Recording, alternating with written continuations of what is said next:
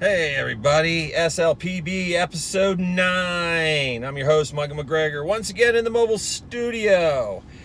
So, what are we preparing for? What do we think is actually going to happen? Is it the zombies? EMP? Super volcano? Martial law? Is our current tyrannical government going to turn on us and enslave us all? The National Guard, the Navy SEALs, the Green Berets, our active Air Force, PJs, they're all going to swoop in, lock down the cities. We're not going to have any more freedoms. Is that what we're afraid of? Is that what's going to happen next week? When it's going to happen overnight? What are we preparing for? Well, I'll tell you what I'm preparing for. Next weather event. Lord forbid another medical family emergency. Already gone through 2 of those. Don't want to have to do that ever again. I really don't. Number one, I'm tired of losing family members due to medical emergencies. We'll just say it. Cancer's a bitch. For those of you that don't know, I lost my father-in-law a few years ago. He had brain cancer. And we thought he beat it the first bout. Everything seemed fine. And then apparently after the chemo and the treatment, it decided to come back with a vengeance. And they got even more aggressive with the chemo. And he ended up losing his battle in November, a few years ago, due to a heart attack. My father-in-law had a fantastic heart. He played racquetball, he exercised, he was extremely healthy until he got cancer and the chemo ravaged his body. The chemo destroyed him. It truly did. It weakened his heart and ruined his taste buds. He couldn't enjoy food anymore. He's in Valhalla now. He fought his battle. He lost, but he fought it with honor. He was a good man. He was very intelligent. My God, the guy was a genius. Might not have had the most, wasn't the most social, and he was awkward. Oh, was he? But man, me and him would talk about Apple computers and computer technology and all that. And I miss him. I really do. He was a good man.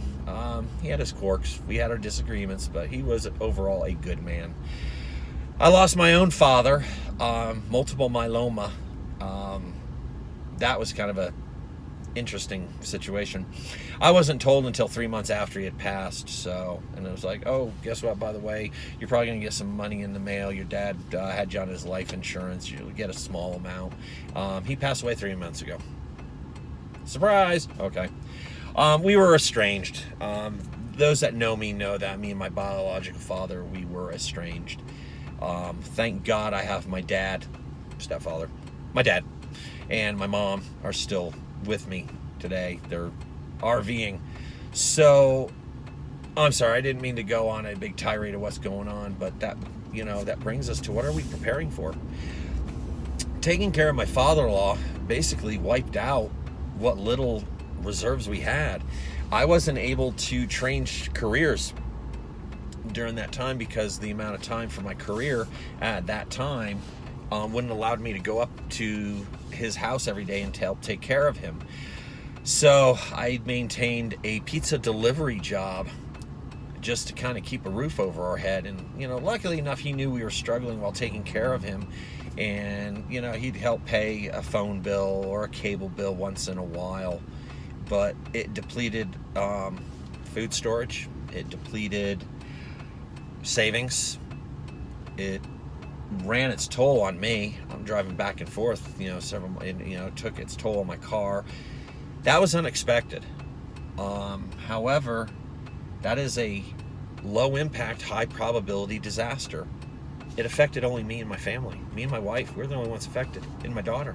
That was it. Neighbors weren't affected by it. That was my prep. Blizzard comes in, blackout. That's what I prep for. The one I hate to say is that job loss. I've gone through that a couple times. Change of career, job loss, pay cut. What I'm doing now as an apprentice electrician, basically a first year apprentice. I'm starting to move into my second year, so I'll be a residential wireman at the end of that next year, which is a whole new ball game for me in my career, and it's absolutely wonderful. I will not change the podcast or anything like that. I can do both. It's all good. This is my side hustle. But that was a shock to the finances, and it depleted it once again. We're finally in a situation where I'm actually restocking our cans, our water supply, our savings account. I'll tell you, one of the first things, not only savings account, debt. See a lot of people prepping for this, prepping for that, but they're still walking around with thousands, tens of thousands, hundreds of thousands of dollars of debt. I got news for you. If you ain't getting rid of your debt, you ain't prepping for nothing. That debt will kill you. Debt is a cancer. Pay down your debt. Get rid of that. That is a monkey on your back. You need to pay down your debt. If you are truly focused on prepping, get rid of your debt. Seriously, get rid of your debt.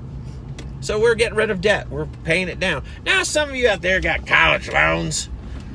$10,000, $60,000, $100,000, $200,000. That's going to take some while to pay down, but start paying it down. Get that down. Get it paid off. Don't wait for Uncle Sam to forgive your college loans and put that on the taxpayer. I don't care how bad the interest rates are. You knew what you were getting into when you chose it. Just because your degree does not allow you to pay it off on time, well, guess what? Deal with it. Oh, guess what? I'm in the same boat. You know what? I pay off very little on my student loans right now because that's all I can afford. But you know what? It's still, I do it. So, pay down your student loans. Pay down your debt. You want to live debt-free. Okay? Medical bills. Stop buying things on credit cards. Your credit card should be there for an emergency. I'm not saying stop using them. Use them for gas once a month because you got to keep that credit rating going up and down, up and down. You have to use the credit card, pay it off. Use it, pay it off. And if you're not doing that, your credit's not going to change. That's how it works. This country runs on debt. That's how our system is designed. It is designed by debt. We'll get into that in another show on how this country works and how debt is actually what fuels this whole pyramid scheme of an economy that we actually use. Pay off your debt. Seriously. That's what if you're prepping, pay off your debt. Copy canning. Buy a little more than you normally eat. Put it in the pantries. Get it going. Water. Get your water supplies. You gotta realize every adult needs a gallon of water a day. Okay? You got to do that math, and we'll talk about, we'll break down. We'll have a special show just on the water breakdown of how much your family and actually how much everybody needs, a 4-person family, for water. Get your water storage. If you know something's coming and you know there's probably going to be a blackout because of a weather event or something, you know what? Fill your bathtub. Close it down, fill your bathtub. If you have a swimming pool or a hot tub, I ain't going to drink that water. Water is used for a lot of different things. If you have swimming pool, you can still use your toilet. Yeah, go in the toilet. Oh, take the swimming pool, dump it in there. Oh, it flushes everything down. You don't have to drink the pool water or the hot tub water. Okay? Think about those little things. Even if it's non-potable water, you can use it to flush. Just dump it in the toilet and hey, it's all gone. That's something a lot of people don't think about too, is biological removal. You gotta poop. You gotta pee. What, you gonna just do it in the corner? You're just gonna fill your toilet, keep doing it and not flush it out? Have something prepared for this. Also, on top of that, toilet paper. Let me tell you something. If you've ever taken a page out of a magazine and wiped your butt with that, trust me, you'll stockpile about 1,000 rolls of toilet paper. That's something that you don't want to go out. And that is a hell of a bartering tool. Stockpile toilet paper. Your butt will thank you. Because I'm sorry, using newspaper or magazines, you'll eventually run out of socks. We've all been in that situation. Whoops, got to replace a sock. You military guys know what I'm talking about. Cutting away your shirt. Stockpile some toilet paper. Get smart. TP. And save your butt. These are the little things people aren't thinking about.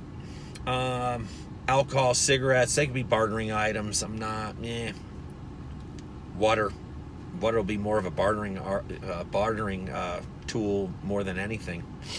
Also ammo. So even non-potable water is usable for things, okay? You can use it, like I said, to flush out the bio waste. Also, another thing to think about is your location. In a blizzard, stuff like that, does your vehicle have the necessary prepping tools in your vehicle? A good friend of mine brought up the other day, how about an extra pair of sunglasses? And you can tell, I wear sunglasses all the time. The light hurts my eyes. I've had laser surgery, and the brighter lights, the car lights and stuff, just, oh, my eye, it just hurts. I don't like it. Have an extra pair of sunglasses just in case. Some extra radiator fluid.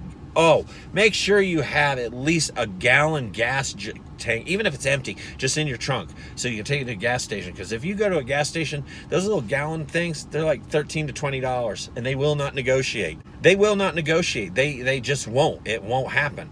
So don't even think about it. So have an empty one. I carry an empty one. I carry toe chains, toe straps, I shouldn't say chains, straps, some basic tools.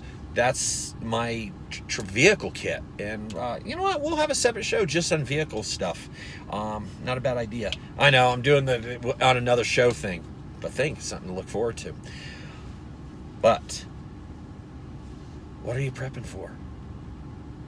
You really prepping for zombies and super volcanoes?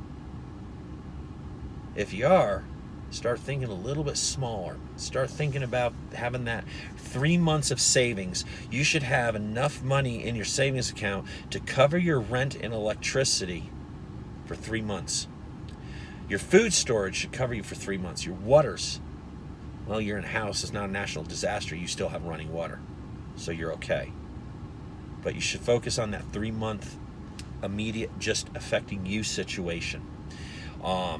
Having that 3 months of money, you should have at least between $50 to $100 tucked away, hidden in your car in cash, in multiple, 5, 10s, 20s, some couple ones. If you break down, you grab it. If credit card's a blackout, you can't get your ATM, you have the cash at hand.